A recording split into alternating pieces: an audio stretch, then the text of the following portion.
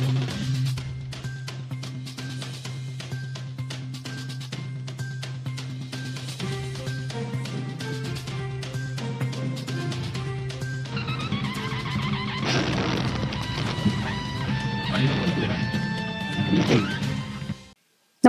आपण पाहता Hirkani news. Hirkani news प्रत्येक क्षण ताज्या घडामोडी आणि महत्त्वाच्या प्रत्येक बातमीसाठी नेहमी तत्पर. बड्या अधिकाऱ्यांना लाच घेताना रंगेहात पकडलं, पोलीस दलात खळबळ. नाशिक मधून मोठी बातमी समोर आली आहे.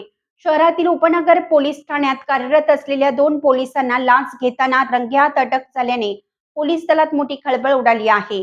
सहाय्यक पोलीस उपनिरीक्षक मिलिंद शेजवळ आणि पोलीस कॉन्स्टेबल गणेश कुमावत यांना एसीपीने सापळा रचून अटक केली.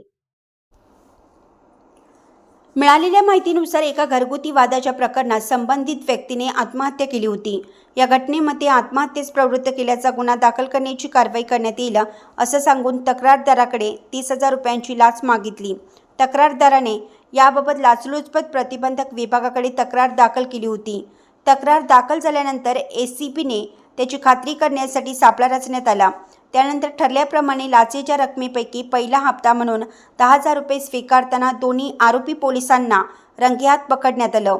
ही कारवाई उपनगर पोलीस ठाण्याच्या हद्दीत करण्यात आली. कारवाई दरम्यान एसीबीच्या पथकाने आवश्यक पुरावे गोळा करत दोघांनाही ताब्यात घेतलं आहे.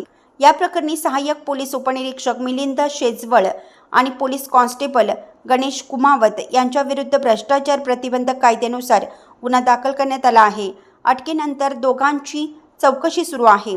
दरम्यान नाशिक पोलीस दलातील अधिकारी आणि कर्मचारी यांच्यावर झालेल्या या कारवाईमुळे पोलीस विभागात चर्चांना उधाण आले आहे.